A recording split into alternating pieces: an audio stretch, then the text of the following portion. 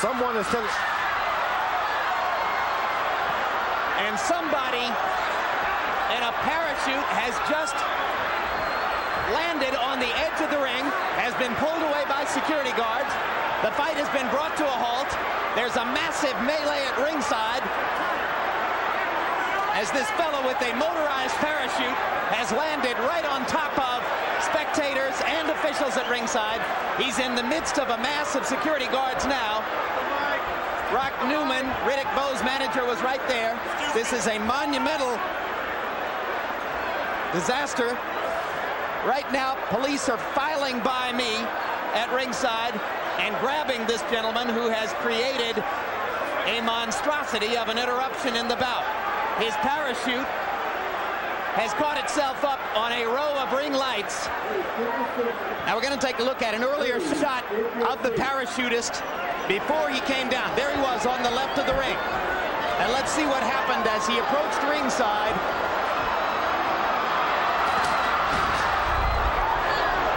There it is.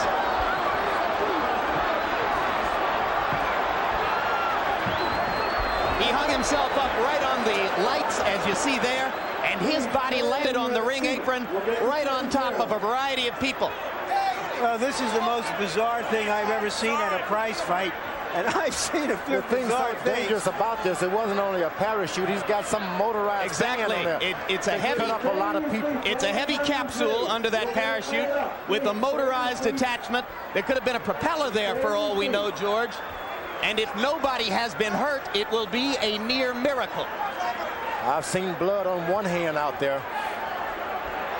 Rock Newman, Bowe's manager, went nuts. It could be the best thing to happen to Riddick Bowe if there's a 10 or 20 minute delay, as now seems You're possible. Right. It may be an angel out of the sky. You see Bowe covering up to stay warm. For Riddick Bowe. Well, they're going to work on his cuts right now. Just when you think you've seen everything, you know you haven't, and there'll be more crazy stuff to follow. And it was already a bizarre night as the result of the fighting that went past the bell for about 10 seconds at the end of round 4. Here's what was happening in the ring at the time that the parachutist landed. You'll see, there he is, entering at the left side.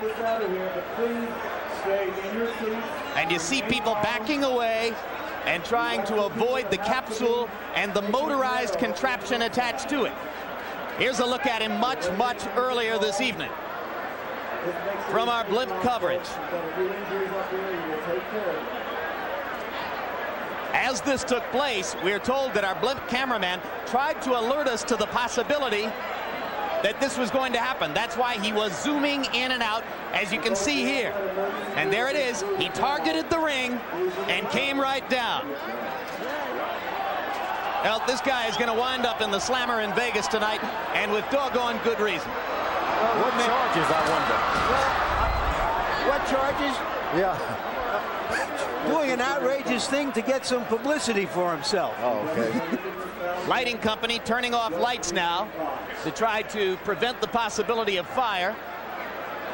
If Evander Holyfield is thinking about this at all, he has to rue the fact that it happened at a time when he was in such good position in the fight, or so it seemed.